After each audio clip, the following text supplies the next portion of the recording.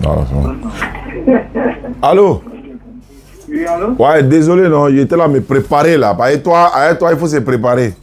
Parce que toi tu es trop polémiqueur. Ouais, d'accord, allons-y. Tu t'appelles comment? Oui, c'est Siméon. Ah, Siméon, ouais, la Bible dit, mes yeux ont vu ton salut. Voilà, allô, Siméon, tu dis que Gédéon a dit quoi? Immortel, vous avez dit qu'il s'est trompé en disant immortel, c'est quelqu'un qui peut mourir. Immortel, c'est quelqu'un qui peut mourir et revenir à la vie. Non. Immortel, là. Oui. Ce que nous, on sait du français, là. Parce que, à moins que vous ne voulez pas admettre, Oui. il ne peut pas se tromper, quoi. Si, mais... Alors, nous tous là, on se trompe. Tout le monde se trompe. Tant que tu es communicateur, là, tu es dans la communication, tu es un homme public, là, tu vas toujours te tromper. Et puis d'ailleurs, même si tu n'es pas un homme public, là, tu es un être humain. Seul l'Éternel ne se trompe pas. Et ce qui est bien avec nous musulmans, quand on se trompe là, on vient, on reconnaît que oui, je me suis trompé ici, oui, je n'aurais pas dû dire ça. Et ça va faire quoi? Ça va prouver que je suis un menteur. Non, je peux me tromper, tout le monde peut se tromper. Donc, Gédéon dit, le mot immortel veut dire mourir, revenir à la vie. Mourir, revenir à la vie, il est immortel. Non, oui. Dans la vidéo là, même le mot immortel a beaucoup de définitions. Le mot immortel, voici, comment on appelle? On dit qu'il survit et doit survivre éternellement dans la mémoire des hommes. Quelqu'un qui survit d'abord quand je dis... on dit dans la mémoire. On dit dans la mémoire des hommes. On n'a pas dit physiquement.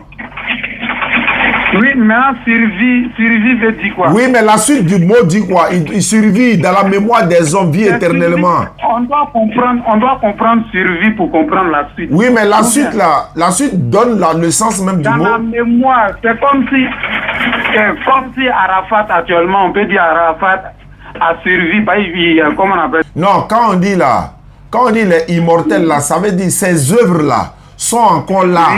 Sont encore là. Donc quand on écoute ces œuvres là, on pense à lui. Ça ne veut pas dire que de façon physique là, il est vivant. Est-ce que Arafat est vivant? Vous dites que... je te pose une question. Arafat est vivant? Non. Hein? Non, mais comme... non, doucement, on va se comprendre. Est-ce que Arafat est vivant? Non. Maintenant, comme il n'est pas vivant, mais à travers ces œuvres qu'il a laissées là, ces œuvres l'immortalisent. C'est-à-dire immortaliser quelque chose là. C'est comme par exemple, on dit bon, on a envoyé un objet, on dit bon, venez les gars, venez, on va immortaliser cet événement là. Tu vois, immortaliser, ça veut dire qu'on prend des photos, on fait des vidéos pour immortaliser. Ça veut dire que pour montrer l'événement qui s'est passé là, pour garder ça en souvenir. Mais ça ne veut pas dire que l'œuvre là ne meurt pas. C'est comme par exemple, Jésus a dit, je serai avec vous tous les jours jusqu'à la fin du monde.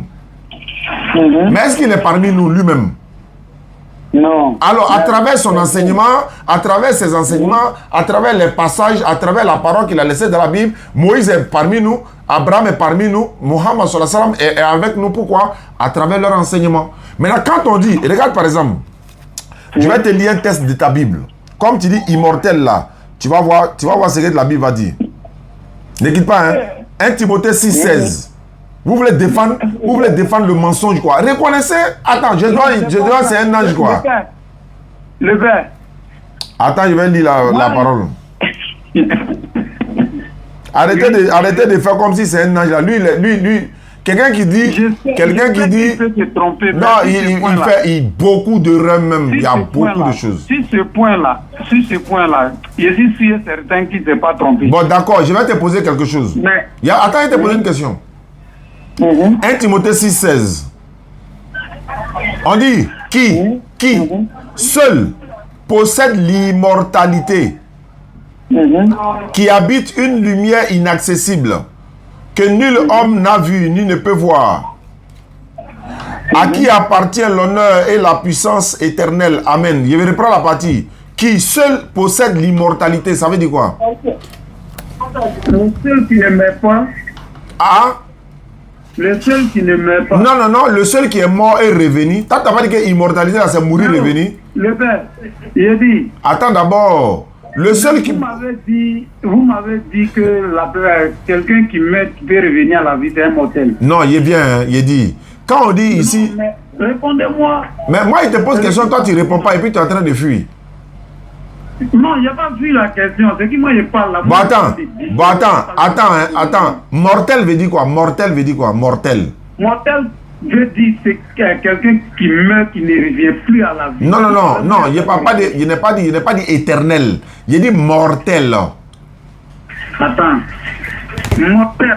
Vas-y, moi, il y a un dictionnaire dans ma main. D'accord, vas-y. Mortel veut dire quoi? On va taper tous le dictionnaire aujourd'hui là. À côté, donc vous voulez défendre le mensonge quoi. On ne peut pas accepter ça ici. Mortel, il faut taper mortel. Jamais défendre. Mortel. Un être humain, tout le monde se trompe, non? Tous les hommes sont mortels. S'opposent à immortel. Non. Il dit, qu'est-ce que veut dire mortel? Voilà ça ici. Définition, dictionnaire. Voilà, moi aussi ici dans le dictionnaire, on dit mortel qui doit mourir. Qui doit mourir, ça fait un. Tous les hommes sont mortels. Tous les hommes sont mortels. S'opposent à l'immortel. C'est-à-dire c'est le contraire qui est l'immortel. Maintenant, deuxième définition. Qui cause la mort, c'est-à-dire mortel là, qui cause la mort, entraîne la mort. Maladie mortelle. Accident mortel. Oui. Donc je reprends le premier mot. On dit qui doit mourir. Oui. Donc tout être humain est mortel. Donc tout être humain doit mourir. Alors, oui, est-ce qu'il a dit qu'il peut mourir et revenir à la vie? On dit, mais c'est pas la définition. La définition de, attends, il a été tapé maintenant. Définition de mourir et revenir à la vie. Voilà. Voilà ça ici. Mourir et revenir dans la vie, non? Oui, revenir, définition. Mourir. Faut taper là-bas. Tape chez toi là-bas. On va voir clair dedans aujourd'hui. Définition de mourir. Oui. Non, c'est pas mourir, hein. Mourir et revenir à la vie. Mais quand je tape, ça ne sort pas ici. Ah, ça sort pas. Si c'est ça, là, ça sort pas là-bas, non? Ça, il y a, comment on appelle ça? Revenir à la vie. Où soit revenir à la vie. Voilà, faut taper revenir à la vie. Revenir à la vie. Tu vas voir, ils vont me ressusciter. Et puis, il y a vu des gens qui sont là crier derrière là-bas. Mourir et revenir. Ils sont des pères de famille sont arrêtés et puis ils répètent les mêmes mots là. Mourir et revenir. Parce que le chef a parlé, donc tout le monde doit obéir quoi. Sinon, le chef parle que c'est pas vrai là. Non, on dit, viens, tu t'es trompé. Ah, tiens. Tu as trouvé quoi là-bas, Khalil? On dit. Ouais. Définition de mourir et revenir à la vie. Ouais, mourir et revenir à la vie. D'abord, ils ont pu mourir. Oui. On dit c'est l'arrêt irréversible des fonctions vitales d'un être vivant. L'arrêt irréversible des fonctions vitales d'un être vivant. Ça, c'est mourir. Maintenant, revenir à la vie. Oui. On dit cela implique une reprise de fonctions vitales après la mort. C'est-à-dire que reprendre vie après la mort. Maintenant, on explique maintenant, vous dit, le fait de revenir à la vie après la mort ne signifie pas que l'on est immortel. Ah! L'immortalité désigne l'état. Viens ici, viens t'arrêter ici. Non, tu vas entendre ça. Il va dans mec, tu vas bien entendre. On dit quoi? Écoute, attends, faut écouter. Le fait de revenir à la vie après une mort clinique ne signifie pas que l'on est immortel. L'immortalité désigne l'état ou la qualité de ce qui ne meurt jamais, qui échappe à la mort de manière définitive et éternelle. Tu as compris, non? L'immortalité là, c'est quelqu'un c'est une chose qui échappe à la mort de façon définitive. C'est-à-dire, lui ne meurt jamais. On n'a pas dit mourir, revenir. Lui, il ne meurt jamais. Allez là. Si...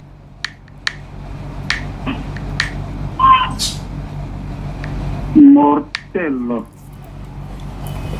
Le mot mortel. Qui doit mourir. Attends, qui doit mourir, non? Oui. Qui doit mourir ou bien qui doit partir pour revenir. Mais oh, c'est qui vous ne comprenez, c'est qui moi-même, comment on appelle, je ne sais pas si vous ne comprenez pas ou ça. qui doit mourir. Il est dit qu'il doit mourir et revenir à la vie. Non, on dit mortel là. Mortel là. Et puis dans immortel, on dit qu'il doit, qui survit. Survit aussi là. Oh, qui t'a dit ça? Attends, mortel ou bien immortel? Non, c'est dans. Je suis dans. Allô? Immortalité. On va taper immortalité. Il a dit, on va. Immortalité, on dit qu'il. Voilà, on est dedans encore. Le mot immortalité. Immortalité. Ouais, il faut taper ça. Il faut taper immortalité. Il y a ce qui ça va sortir. Oui, immortalité. Immortalité veut dire quoi? C'est la même chose. Immortel, immortalité, ça veut dire quoi? Le fait d'être mortel. Non, j'ai dit immortalité. Oui, j'ai tapé. Ouais, il faut taper. Ça donne quoi? Attendez. Attends. Chez moi, il y a déjà la réponse ici. Oh. On dit immortalité. Qualité. Allô? Oui? Qualité, état d'une personne ou d'une chose qui est immortelle. L'immortalité des dieux grecs. La croyance à l'immortalité. À l'immortalité de l'âme. État des équipes. Survie sans fin de la mémoire des hommes. Survie sans fin là-haut. On dit survie sans fin de la mémoire des hommes. On ne parle pas de son physique. Et regarde par exemple, on dit Oufo Boigny. Il est dans notre mémoire, non? Il reste dans nos mémoires, non? Est-ce que ça veut dire qu'il est immortel? Non. Alors, Michael Jackson, les stars qui sont... D'ailleurs même, on laisse les stars même. Le prophète Mohammed, sallam, il est dans nos mémoires. On parle de lui toujours. On va parler de lui jusqu'à la fin du monde. C'est la même chose pour nous. On parle de Jésus jusqu'à la fin du monde. Voilà, maintenant je reprends. Maintenant, on dit le mot immortalité désigne le fait de ne jamais mourir ou de vivre éternellement. L'immortalité désigne le fait de ne jamais mourir. Toi, tu dis mourir et revenir. Le fait de ne jamais mourir ou de vivre éternellement. Maintenant, est-ce que l'âme de Jésus est mort ou soit il vit toujours? Ah, je reprends mes propos. Le mot immortel désigne le fait de ne jamais mourir ou de vivre éternellement. Faut m'expliquer ça. Oui. Faut m'expliquer. Le fait de ne jamais mourir, ça veut dire quoi? Le fait de ne jamais mourir, c'est quelqu'un qui ne meurt jamais. Non, il meurt et puis il revient. Oui, continue la lecture, c'est à la fin là. Il meurt et puis il revient. Et continue, s'il vous plaît, continue la lecture. Tu as tapé ça, non?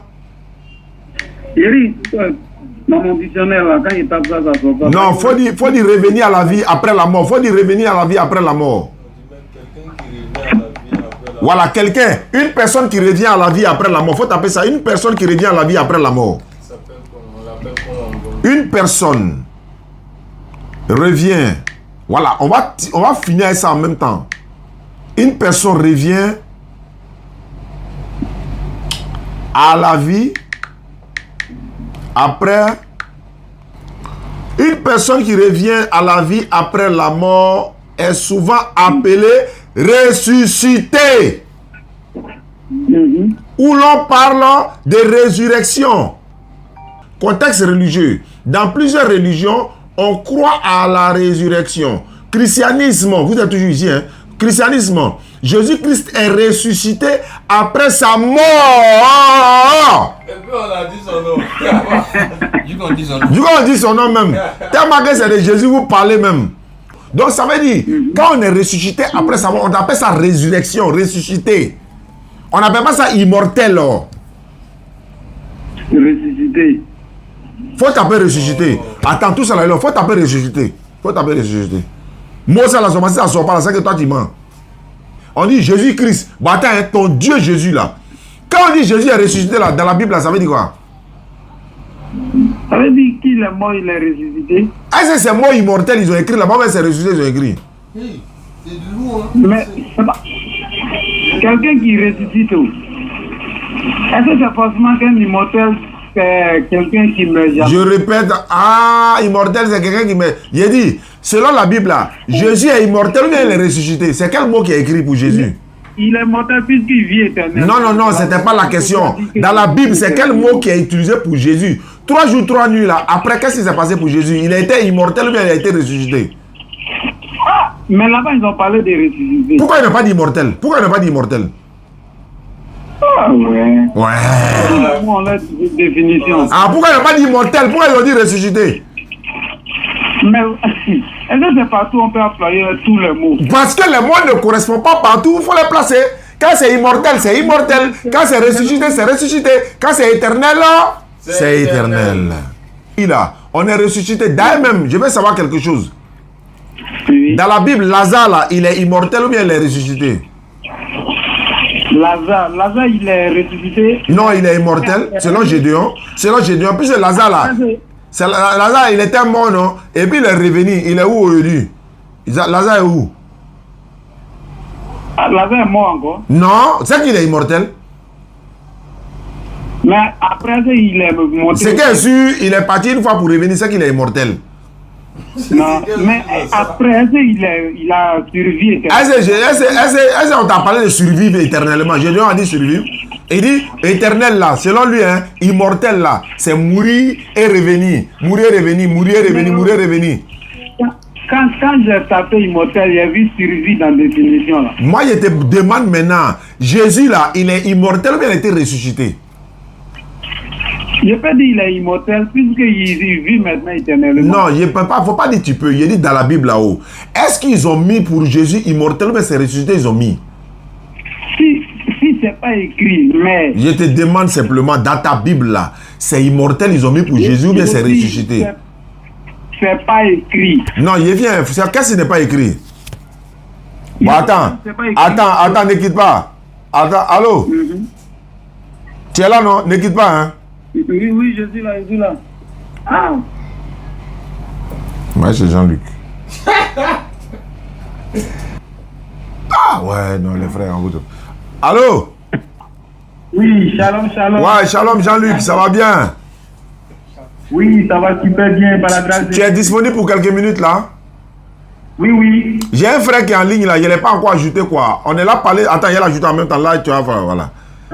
Voilà. Allô, Jean-Luc, shalom, Jean-Luc. Oui, shalom. Voilà, ça tombe bien. Il y a un frère qui est en ligne là, il est à Bangolo. Donc, on est en train de parler de... La dernière fois, on avait une vidéo de Gédéon où il a parlé de immortel. Immortel veut dire celui qui meurt, qui revient, qui meurt, qui revient, qui meurt, qui revient. Et j'ai dit au frère, je lui ai dit non, dans la vie, tout le monde fait des erreurs. Gédéon a fait des erreurs et il en a fait encore pour dire non, immortel veut dire... Celui qui meurt et revenir. Non, on dit non, c'est ressuscité qui veut dire, c'est-à-dire que tu meurs, tu reviens. Maintenant, je leur ai demandé, dans la Bible, selon la Bible, là, pour Jésus, selon leurs croyances, quand ils ont dit Jésus est mort et ressuscité, est-ce que c'est le mot immortel qu'ils ont utilisé pour Jésus ou bien c'est ressuscité? Lui-même reconnaît que c'est ressuscité. Bon, j'essaie de l'expliquer. Il veut défendre son maître Gédéon. Comme Jean-Luc, tu es là, et que tu es un chrétien, tu es un pasteur, et que Gédéon, c'est un collègue pasteur, je pense que tu as mieux lui expliquer la différence entre éternel, immortel et ressuscité. Et puis mortel aussi. Et à vous la parole. Voilà, alors bien aimé, shalom. Oui, shalom. Voilà, je suis le pasteur Jean-Luc de l'église Assemblée de Dieu.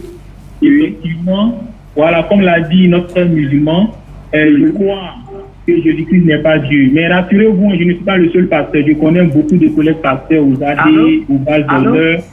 Oui, tu m'entends? Allô, pasteur. Quand vous dites que Jésus-Christ n'est pas Dieu, là, dans ce cas, devenez musulman en même temps, c'est fini. Non, c'est ce que la Bible enseigne. Voilà. Non, mais ce que je dis là, si vous dites que Jésus-Christ n'est pas Dieu, c'est pas lui dans l'a ce dit. cas-là, devenez musulman là comme ça. Non, lui n'a jamais dit ça. Il dit c'est la Bible qui a dit. C'est pas lui l'a dit. Il dit c'est la Bible qui dit. La Bible n'a jamais dit ça. Ça a commencé.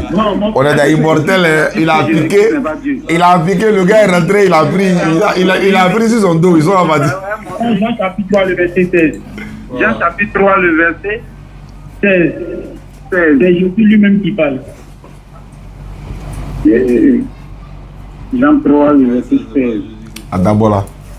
Apparemment, peut-être que toi-même tu n'es pas chrétien. Jean 3, verset 16, là, un bon chrétien peut réciter ça par cœur. Ouais, et Dieu attend d'aimer le monde qu'il a donné son fils unique. Le monde qu'il a envoyé. Effectivement. Il a mis bim. Jean 3, tu vois ici, c'est Jésus qui parle. verset 16. Oui. Donc tu vois, il y a déjà cité le verset. Jean, Oui, je connais déjà, je connais déjà le verset. À l'école du dimanche, on apprend ça. Donc, car Dieu a tant aimé le monde qu'il a donné son Fils unique afin que quiconque croit à la vie ait la vie éternelle. Voilà. Donc tu vois, le Dieu qui a tant aimé le monde, là, est-ce que c'est lui qui est venu ou bien il a envoyé son Fils? Mais c'est la question que je pose ici toujours qu'ils ne m'ont jamais répondu. Le Dieu qui a tant aimé le monde, est-ce que Jésus a montré le Dieu là dans la Bible? Mon frère, je t'ai posé une question. Est-ce que le Dieu qui a tant aimé le monde, c'est lui-même qui est venu, ou bien c'est son Fils qui l'a envoyé? Mais c'est à Jésus on doit poser toute cette question. Parce que la question même a été posée à Jésus. Tu vois qu'il a dit que c'est chrétien, mais apparemment c'est toi-même. Il semble que tu n'es pas chrétien. Parce que c'est tel que j'ai donné là. Tu vas donner à n'importe quel chrétien évangélique. Il va te dire ici, là, le Dieu qui a tant aimé le monde, c'est pas lui qui est venu, mais il a envoyé son Fils. Maintenant, donc, le Dieu qui a tant aimé le monde, c'est lui qui est Dieu.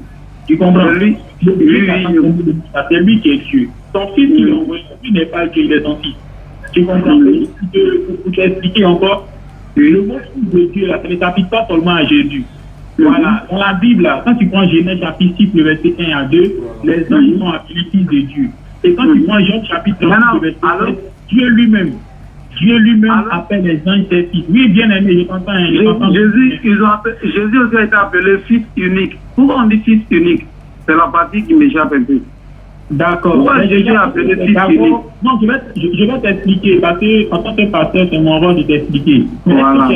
Le Dieu qui a tant aimé le monde, là, c'est pas lui qui est venu, mais il a envoyé son Fils. Si vous me définissez Fils unique, bien aimé. Ne mettons pas la honte sur le christianisme. Non. Vous voyez, Dieu est en train de nous enseigner quelque chose. Nous qui avons reçu la révélation, nous qui avons reçu le livre, on refuse de croire ce qui est dans le livre, on dit autre chose. Du coup, Dieu même va susciter les musulmans pour venir nous corriger. Je te dis, bien aimé, cette histoire de Jésus est Dieu là. C'est tout récemment que ça a commencé à prendre de l'ampleur, surtout avec le pasteur Gédéon de la Tétouba. Mais avant, dans les églises évangéliques, la plupart croyaient que Jésus n'est pas Dieu, mais qu'il est le Fils de Dieu. Et je crois que si tu es honnête, tu vas dire oui. Parce qu'à l'école, un peu partout dans les églises, c'est ce qu'on enseignait. Oui, je te suis bien aimé. Vous avez dit Dieu envoie les musulmans pour nous mettre sur la voie, non? Mais c'est ça, puisque eux, ils disent ce qui est dans la Bible. Non, c'est chrétien là. C'est question, Yeri. Dans ce cas, les musulmans disent. Les musulmans qui disent que tu es chrétien là, ne dis pas ce que la Bible dit, tu dis aujourd'hui. Mais dans ce cas, ce que la Bible dit. Tu vois, dans ce cas, les musulmans disent être musulman, c'est d'être soumis à Dieu. Mais c'est que vous n'êtes pas soumis à Dieu. Mais attends, si je reconnais que Jésus est envoyé de Dieu, je suis soumis à Dieu, parce qu'être soumis à Dieu là, c'est accepter tout ce qui vient de Dieu. Mais il dit, si tu n'es pas musulman, c'est ce qu'il dit. Si tu n'es pas musulman, c'est que tu n'es pas soumis à Dieu. Puisqu'ils disent que la définition des musulmans, c'est d'être soumis à Dieu.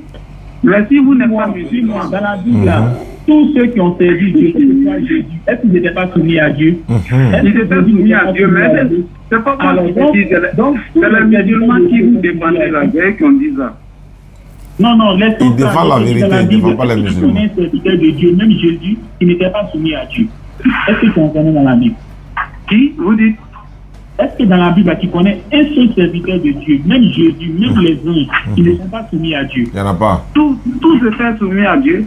Alors, maintenant, si en arabe, on appelle ça musulman, donc ça passe. Mais le plus important, la Bible montre que c'est le serviteur de Dieu. Déjà, même le mot serviteur, ça veut dire celui qui sert. Donc, celui qui sert, là, ça veut dire qu'il est un maître. Et donc, le maître, là, il est soumis à son maître. Alors, donc, mon frère, ce que je voulais te dire, Dieu ne meurt pas. C'est dans la Bible, en 1 Timothée. Voilà. L'apôtre dit que Dieu est celui-là qui possède l'immortalité. Une personne immortelle, c'est une personne qu'on ne peut pas tuer. Très tu bien. vas pour essayer de la tuer, tu ne peux pas. C'est une personne immortelle. Dès que la personne meurt, elle n'est plus immortelle. Clair. Tu vois, c'est pour cela qu'on parle de résurrection. C'est pour dire qu'il était mort et qu'il est revenu à la vie. Dieu ne peut pas être ressuscité. Dieu ne peut pas mourir parce que Dieu est immortel. Tu comprends? C'est pour cela que lui, il a l'immortalité. Du moment où le Seigneur Jésus-Christ est mort, ça montre qu'il n'est pas Dieu. Parce que Dieu ne meurt pas, Dieu est immortel. Tu comprends? Et même la Bible nous dit que quand Jésus est mort, ce n'est pas lui-même qui s'est ressuscité, mais c'est Dieu qui l'a ressuscité. On trouve ça en Actes des Apôtres chapitre 2, Actes des Apôtres chapitre 5. C'est Dieu qui a ressuscité Jésus. Donc tu vois, celui qui a ressuscité Jésus là, c'est lui qui est Dieu. Hein, bien-aimé, revenons à la Bible, ne laissons pas les frères musulmans nous enseigner nous-mêmes notre propre Bible, alors que c'est écrit dedans et puis nous on dit le contraire. C'est pas sérieux. C'est pas sérieux. Jésus-Christ est fils de Dieu. Il faut prendre ça comme ça. C'est ce qui est écrit. Oui, mais je te suis un soir. Je vais me laisser votre numéro pour que vous appelez de temps en temps. Oui, il n'y a pas de problème. Vous pouvez prendre mon numéro. Non, Dico. En tout cas, prends son... On n'a pas le temps, on ne peut pas échanger en ce moment. Ouais, prends son numéro et puis voilà, on va échanger. Mais peut-être que tu vas te convertir. Voilà, on ne sait jamais. Allô, le frère de Bangolo, tu prends son numéro là, c'est pour faire quoi? Non, c'est pour l'appeler comme... Non, mais par là que si vous voulez parler là, il faut qu'on parle devant tout le monde. Pour ne pas que tu ailles le corrompre. Faut pas le corrompre. Oui, effectivement, je suis d'accord. Il est bien qu'on parle devant tout le monde. Là, comme ça peut... Et puis la vérité, la paix établie, la paix, ça peut sauver des âmes. Voilà. Okay. Donc si tu as des questions, quand on t'a dit à l'église, voilà, pasteur Jean-Luc qui est devant toi, il faut lui poser toutes les questions. Là, c'est l'occasion pour toi. Les questions que je lui ai posées, il ne m'a pas répondu. Puisqu'il est dans même, je peux dire, il est dans le même bateau avec vous. C'est-à-dire, ça veut dire quoi? Vous avez dit, comment on appelle ça? Être musulman, c'est être soumis à Dieu. Et lui n'est pas musulman. C'est qu'il n'est pas soumis à Dieu. Où sont les stades? Mais est-ce que toi, tu es musulman? Non, moi, je dis pas. Moi, je ne crois pas en cette définition. Non, est-ce que toi, tu es musulman? C'est une question. Non, je ne suis pas musulman. Très bien. Est-ce que Jésus était chrétien? Est-ce que Jésus était chrétien? Oui, mais bien sûr. Jésus était chrétien? Oui. Tu sais, il faut montrer un verset dans la Bible qui dit que Jésus était chrétien. Si moi aussi, je vous demande de me montrer un verset qui dit Jésus était musulman, ou soit il n'était pas chrétien, vous pouvez me donner. Je peux te donner? Oui, donnez. Jean 5,30, Jésus dit, je ne peux rien faire de moi-même selon ce que j'entends. Je juge, mon jugement est juste parce que je ne cherche pas ma volonté, mais je fais la volonté de celui qui m'a envoyé. En islam, quand on dit faire, laisse-moi parler, quand on dit faire la volonté de Dieu, là, ça s'appelle comment? C'est musulman. Maintenant, toi, il faut montrer, il était chrétien quoi? Il était catholique, non? Allô? Il était catholique, non? Oui. C'est Jésus même qui est l'église. Je veux savoir, est-ce qu'il était catholique? Est-ce qu'il était catholique? On dit que c'est le corps de Jésus qui est l'église. Est-ce que tu sais... Comment ça, il sera catholique? Maintenant, est-ce que tu sais qui vous a appelé chrétien? C'est pas Jésus qui vous a appelé chrétien, c'est pas Dieu. Qui nous a appelé chrétien? Très bien, c'est les païens d'Antioche qui vous ont appelé chrétien. C'est des païens qui vous ont appelé chrétien. Donnez le verset. Acte 11, 26, prends. Acte 11. On sait que tu connais même pas la Bible même. Acte 11, 26, prends. Non, moi, je me dis autrefois que moi, je ne maîtrise pas la Bible. Moi, je travaille. Ah, mais comme tu ne connais pas la Bible, celui qui connaît la Bible, Jean-Marc est là, Jean-Luc est là, il va t'enseigner beaucoup de choses. Donc, pose-lui tes questions. Au lieu de faire débat avec moi là. Non, non, non, il faut que ça soit devant moi. Il faut que ça soit ma présence. Et puis, on est en direct. Les gens nous écoutent aussi. Acte 11, verset 26. 26. Oui. Folie. Et l'ayant trouvé, il l'amena à Antioche. Pendant toute une année, il se réunit aux assemblées de l'église. D'abord, dans l'église, il enseignait beaucoup de personnes. Ce fut à Antioche pour la première fois les disciples furent appelés chrétiens. Très bien. C'est Antioche que pour la première fois les disciples ont été appelés chrétiens. Qui les a appelés chrétiens? Par qui? Voilà, c'est la question que vous posez. Voilà, c'est pas des païens. Ça, on trouve cela dans la Bible de Jérusalem. Est-ce que c'est écrit? Laisse-moi. Est-ce que c'est écrit? Tu ne m'écoutes même pas. Non, je t'écoute. J'ai la Bible de Jérusalem ici. Et cette explication ne se trouve pas dans toi, ton Bible, dans ta Bible qui est dans ton téléphone là. Ça, il faut la Bible physique. Il faut la Bible physique. Il y a la note explicative qui est en bas. C'est là ils ont mis les partisans et sectataires de Crétus. Les païens d'Antioche ont pris ce nom de Christ pour un nom propre. C'est-à-dire des chrétiens pour un nom propre. Maintenant on dit, l'ayant trouvé, il l'a amené à Antioche pendant toute une année. Et c'est fut à Antioche que pour la première fois, les disciples furent appelés chrétiens. Mais qui les a appelés chrétiens là? On ne met pas ça dans la Bible comme un verset biblique. On met ça en bas. On appelle ça la note explicative. Donc, ce n'est pas Dieu qui vous a appelé chrétien, ce n'est pas Jésus qui vous a appelé chrétien. Donc, ta religion chrétienne ne vient pas de Dieu. Donc, il faut chercher la vraie religion. Voilà pourquoi vous êtes confus.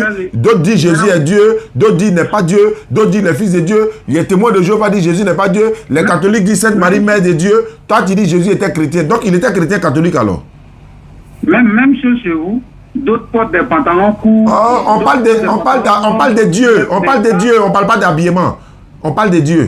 Non. Faut montrer un seul musulman qui dit Allah n'est pas sa divinité, un seul musulman. Faut montrer un seul musulman qui danse quand il est en train de prier là. Faut montrer un seul musulman qui ne fait pas pèlerinage à la Mecque. Faut montrer un seul musulman qui lit un autre livre dans sa prière qui n'est pas le Coran. Faut montrer un seul musulman. Faut montrer un seul musulman qui dit Allah n'est pas sa divinité. Un seul musulman. C'est la même chose pour les féticheurs. Il dit, faut montrer un seul. Moi, il parle des musulmans, il ne parle pas des féticheurs. Il faut montrer un musulman qui dit, c'est pas Allah qui est lui son Dieu, sa divinité. Alors que le témoin de Jéhovah dit Jésus n'est pas Dieu. Catholique dit Jésus n'est pas Dieu. Voilà Jean-Luc qui est là, il va te démontrer que Jésus n'est pas Dieu. Alors qu'il n'y a pas ça chez nous. Vous dites catholique dit. Catholique dit Sainte Marie, Mère de Dieu. Ils ont donné maman à Dieu. Toi, tu es d'accord avec ça? Voilà. Quand ils disent Mère de Dieu. Je veux savoir, est-ce que tu es d'accord? Est-ce que tu es d'accord avec ça? D'accord avec. Que Dieu a une mère.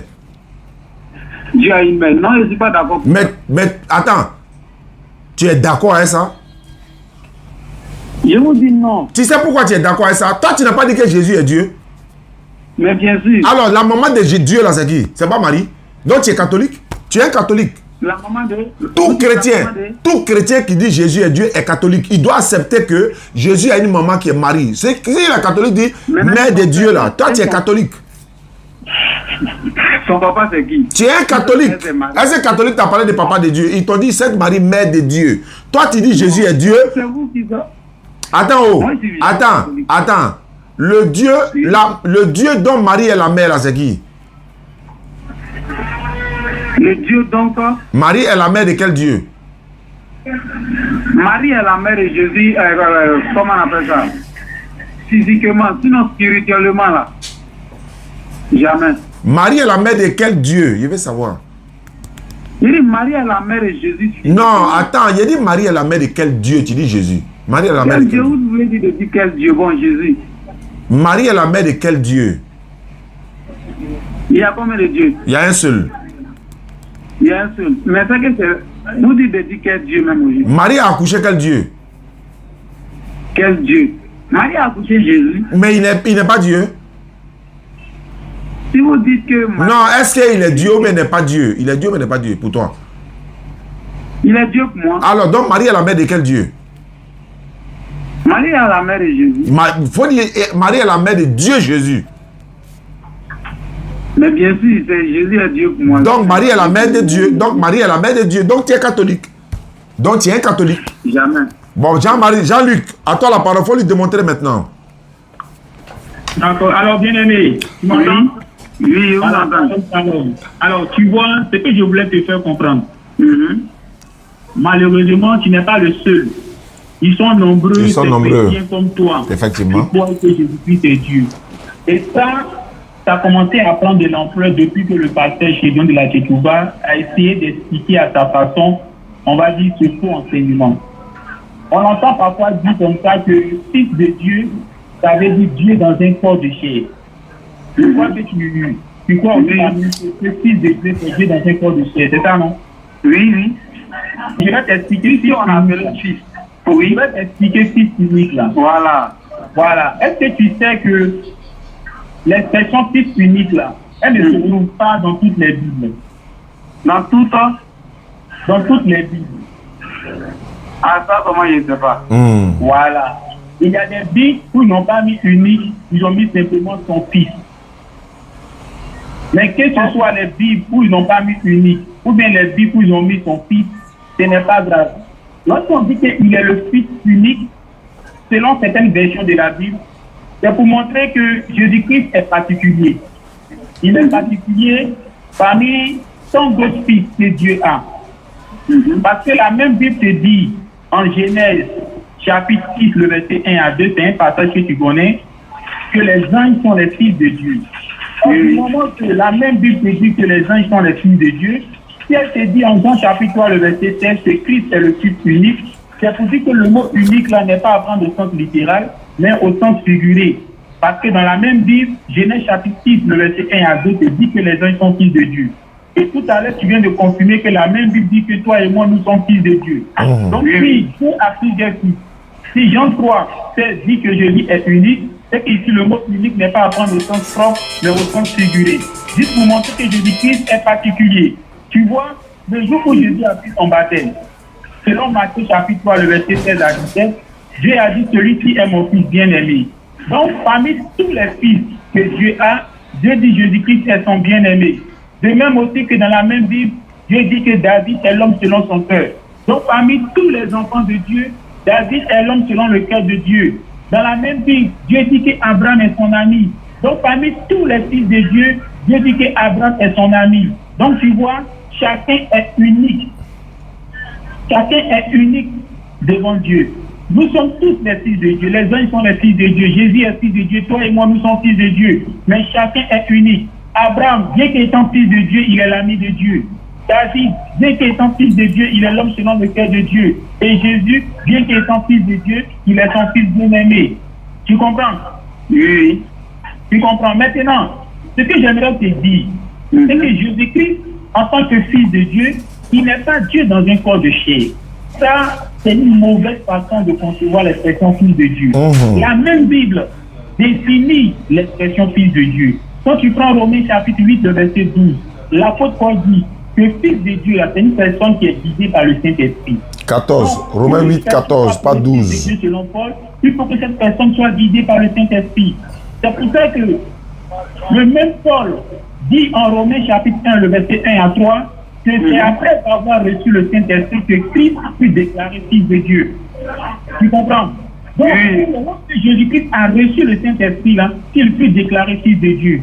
Tu vois, Matthieu chapitre 3, le verset 16 à 17 dit que c'est quand l'Esprit est descendu sur lui, là, c'est après ça que les cieux, que le Père a parlé en disant celui-ci est mon fils le bien-aimé.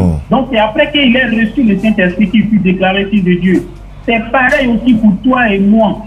C'est lorsque nous avons reçu l'Esprit de Dieu que désormais nous sommes fils de Dieu. Tu comprends? Les anges aussi, là, ils ont reçu l'Esprit de Dieu. Parce que les anges font la volonté de Dieu, ce sont tous les fils de Dieu.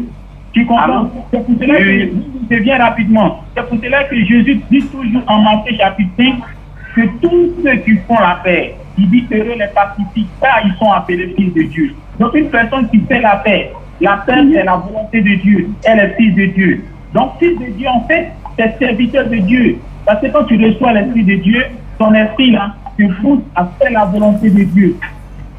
Tu vois, quand Jésus-Christ, après son baptême, a reçu le Saint-Esprit, il avait dit quoi? L'Esprit l'a guidé. L'Esprit l'a guidé.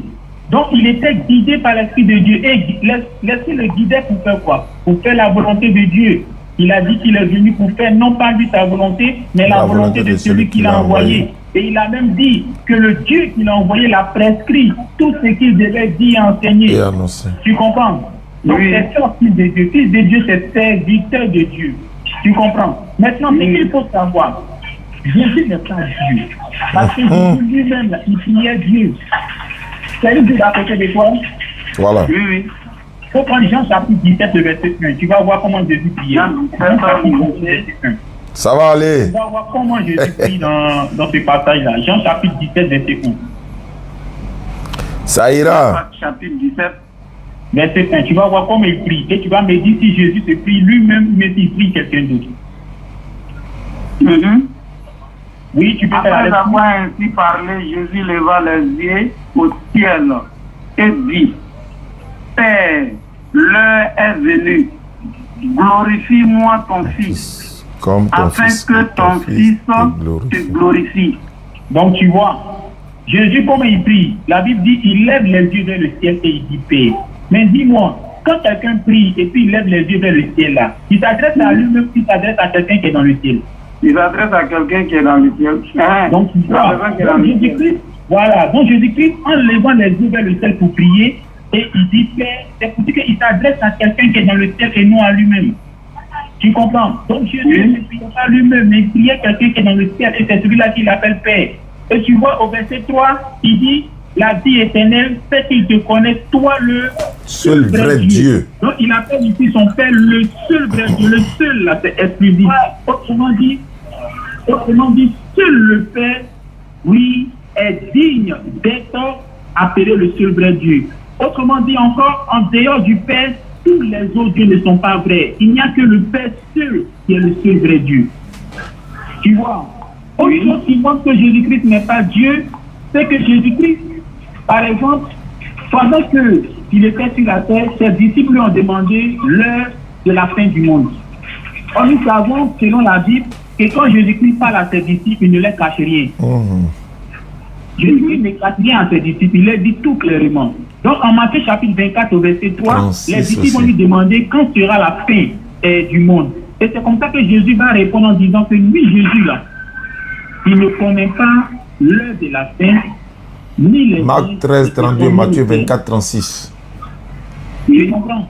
Oui, je comprends. Donc, Jésus dit à ses disciples que lui, Jésus, il ne connaît pas l'heure de la fin. Et même les gens ne connaissent pas, mais seul le Père. Mais si Jésus est en même temps le Père, tu vois que ça n'a pas de sens.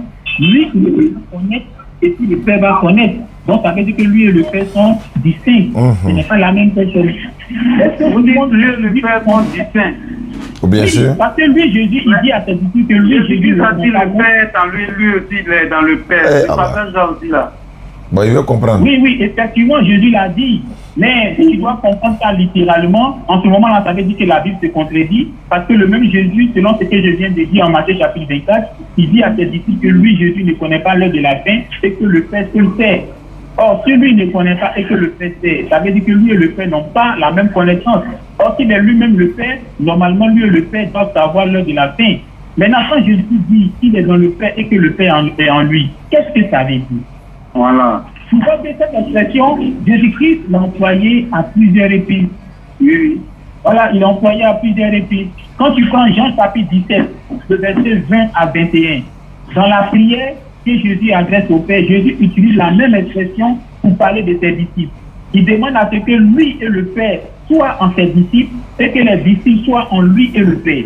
Mais dis-moi, si être dans le Père signifie que Jésus-Christ est le Père, c'est que quand Jésus-Christ demande aux disciples d'être en lui et son Père, est-ce que ça veut dire que les disciples aussi deviennent le Père? Question. Donc tu vois que le petit est fin. Tu vois que ça ne veut pas dire ça. Parce qu'en ce moment-là, si je suis dans le Père est en moi, signifie que je suis le Père. Donc c'est que quand Jésus-Christ dit en Jean chapitre 17, de verset 20 à 21, que lui et le Père sont ses disciples et que les disciples sont en eux, donc ça voudrait dire que les disciples aussi sont le Père. Or tu ne vas jamais accepter ça. Donc ça veut dire simplement que lui est dans le Père est dans lui. Ça veut simplement dire que lui et le Père travaillent de concert.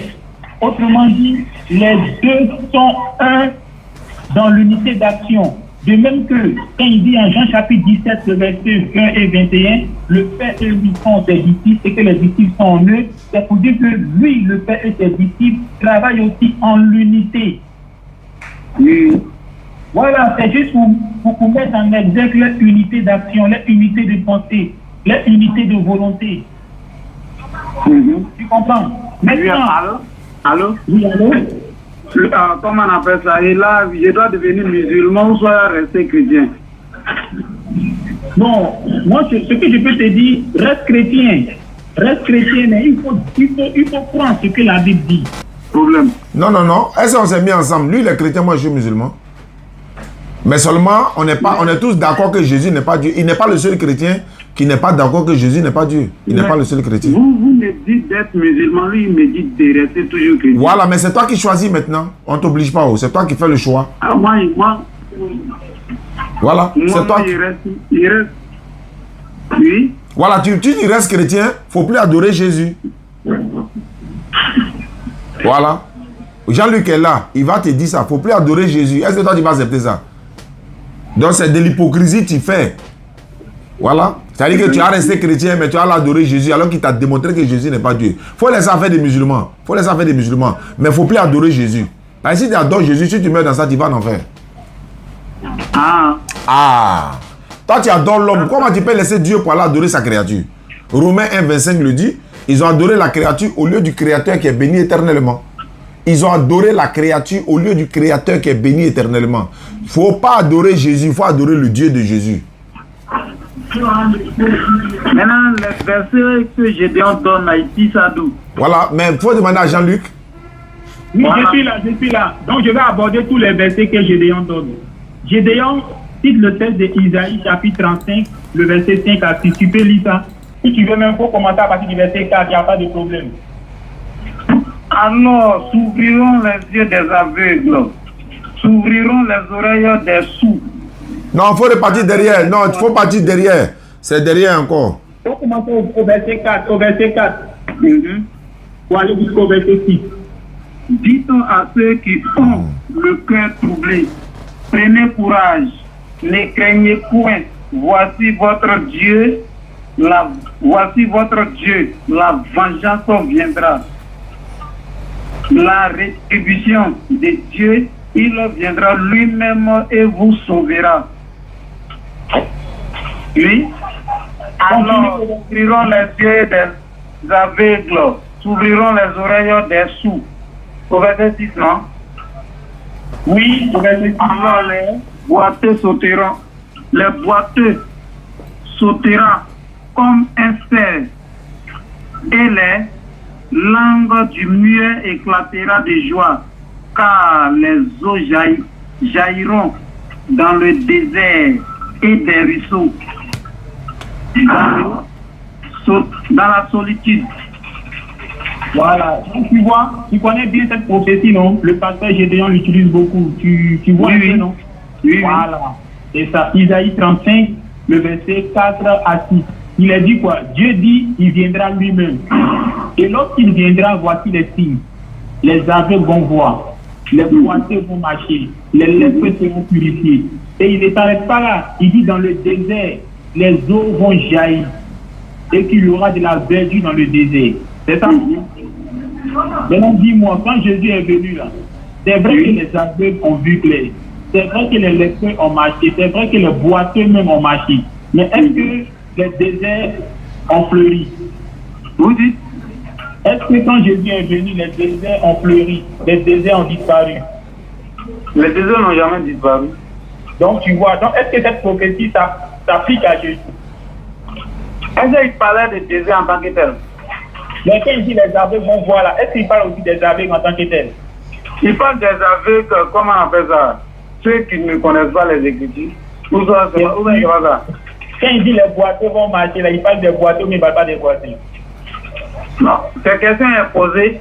Non, je réponds à ta question par une question de rhétorique qui va te permettre de comprendre que, en fait, tu as fait une mauvaise lecture. Quand il dit que les boiteux vont marcher là, est-ce que c'est au sens propre ou au sens figuré? Les boiteux, oui, je comprends. Voilà, donc tu comprends, non? Donc, oui. Dieu dit quand il viendra, les aveugles vont voir, les lépreux seront purifiés, les boiteux vont marcher. Et il ne s'arrête pas là. Il dit qu'il n'y aura plus de désert parce que l'eau va jaillir au désert, il y aura de la verdure. Donc tu vois, c'est beaucoup de signes qui vont s'accomplir quand Dieu va venir. Tu comprends, non?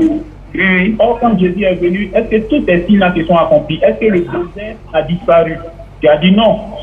Oui. Tu as dit non, parce que la Bible montre que Jésus-Christ même a été tenté au désert. Donc il y avait le désert en son temps. Et quand tu lis les évangiles, tu verras qu'il y a eu des déserts où Jésus s'est rendu de temps en temps. Voilà, donc tu vois que cette prophétie ne parle pas de Jésus. Parce que cette prophétie montre qu'il n'y a pas seulement les aveugles qui allaient voir, il n'y a pas seulement les lépreux qui seraient purifiés, il n'y a pas seulement les boiteux qui allaient marcher, mais aussi il n'y aurait plus de désert. Tu comprends? Maintenant, une parole que tu vas prendre, c'est Apocalypse chapitre 1, le verset 8. Il faut prendre Apocalypse chapitre 1, le verset 8. Mais avant, il faut lire le verset 4 et le verset 8. Apocalypse chapitre 1, verset... le verset 4 et le verset 8. 4. le verset 4 et le verset 8. Jean aux 7 églises qui sont en Asie, que la grâce et la paix vous soient données de la part de celui qui est, qui était et qui vient de la et de la part de cet esprit qui sont devant son trône et de la part de Jésus-Christ, le témoin fidèle, le premier-né des morts et le prince des rois de la terre, à celui qui nous aime, qui nous a délivrés de nos péchés par son sang et qui a fait de nous un royaume des sacrificateurs pour Dieu son Père. À lui soit la gloire et la puissance au siècle des siècles. Amen. Voici, il vient avec les nuées, et tout œil le verra, même ceux qui l'ont percé, et toute tribu de la terre se lamenteront à cause de lui. Oui, Amen. Je suis l'alpha et l'oméga, dit le Seigneur Dieu, celui qui est, qui était et qui vient, le Tout-Puissant. Voilà. Donc tu vois, c'est le verset 8 là que Pasteur Gédéon prend. Il dit que celui qui a dit je suis l'alpha et l'oméga là, il a dit je suis l'alpha et l'oméga, dit le Seigneur Dieu. Donc on dit le Seigneur Dieu, c'est le Seigneur Jésus. Or, ce n'est pas dans la Bible, il y a plusieurs seigneurs. Selon 1 Corinthiens chapitre 8, le verset 5. Jésus est appelé Seigneur. Quand c'est Jésus, on dit généralement Seigneur Jésus. Même dans la Bible, quand tu prends la Bible, tu verras que Sarah appelait Abraham Seigneur. Donc Abraham aussi est appelé Seigneur dans la Bible.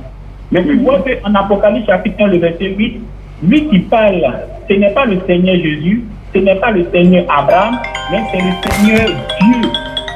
Et qui vient, qui est assis sur le trône, devant qui il y a les sept esprits, et la deuxième personne de la part de Jésus-Christ.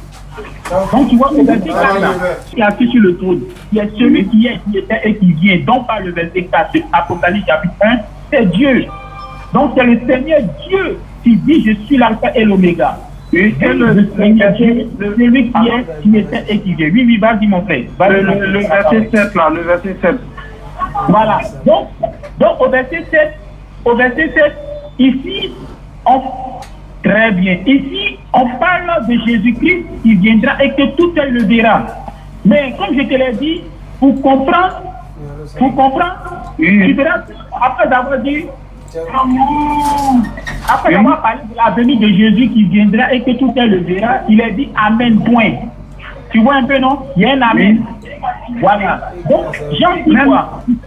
Voilà, le verset 6 aussi, il y a point. Partout, il y a point.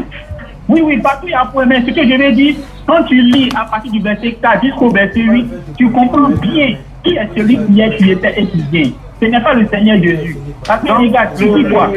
Si on veut comprendre, le verset 7 ne parle pas de Dieu, mais de Jésus. Non, le verset 7, là, lui, il parle de Jésus. Parce que le verset 7, là, si tu veux, du verset 6 jusqu'au verset 7, on parle de Jésus. Le verset 6 et le verset 7. Vous dites le verset 7. Le verset 6 jusqu'au verset 7, on parle de Jésus.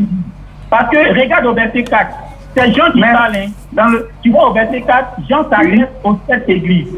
Jean dit, il s'adresse aux 7 églises. Tu comprends, non? Au verset 4, là. Il dit qu'il s'adresse aux 7 églises, mais de la part de qui?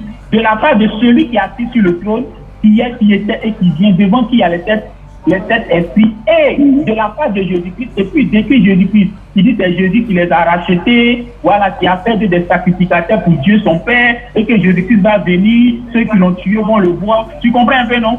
Oui, je comprends. Maintenant, au verset 8, maintenant, il dit je suis l'alpha et l'oméga, dit le Seigneur Dieu, celui qui est, qui était et qui vient. Mais celui qui est, qui était et qui vient, là, le même Jean, là, l'a décrit au verset 4. En disant que c'est Dieu qui est assis sur le trône. Oui, je comprends. Ou bien tu ne vois pas? Je comprends, mais vous avez dit le verset 6. C'est pas le Seigneur Jésus-Christ. Oui, allô? Oui, vas-y, je te Vous avez dit le verset 6 jusqu'à 7, ça parle de Jésus-Christ. Oui, du verset 6 à 7, là, ça parle de Jésus-Christ. Allô? Oui, vas-y. Le verset 6 dit, et qui a fait de nous un royaume de sacrificateurs pour Dieu son Père. Voilà, c'est Jésus. C'est Jésus qui a fait de nous un royaume de sacrificateurs pour Dieu son Père. Donc ici déjà, Jésus-Christ n'est pas Dieu, mais il a fait de nous un royaume pour Dieu, qui n'est pas lui, mais qui est son Père. Donc le Seigneur Dieu, là, ce n'est pas Jésus, mais c'est le Père de Jésus. Donc celui qui dit, je suis le Seigneur, je suis l'alpha et l'oméga, dit le Seigneur Dieu là. C'est lui Dieu, voilà, c'est le Père de Jésus là. C'est lui là qui parle. Ah, ok. Tu comprends, non? C'est pour ça que j'ai fait, au lieu de dire, lis Apocalypse chapitre 1, le verset 8, je dis, prends à partir du verset 4 pour aller au verset 8, tu vas voir le contexte. C'est Jean qui parle. Il s'adresse aux 7 églises, au verset 4. Tu vois, il s'adresse aux 7 églises de la part de qui? Il dit, je m'adresse aux 7 églises de la part de celui qui est assis sur le trône, qui est, qui était et qui vient, devant qui il y a les 7 esprits, et de la part aussi de Jésus-Christ, celui-là qui nous a rachetés et qui a fait de nous un royaume pour Dieu son Père, et qui va venir et que tout le monde le voit. Amen. Tu comprends un peu, non?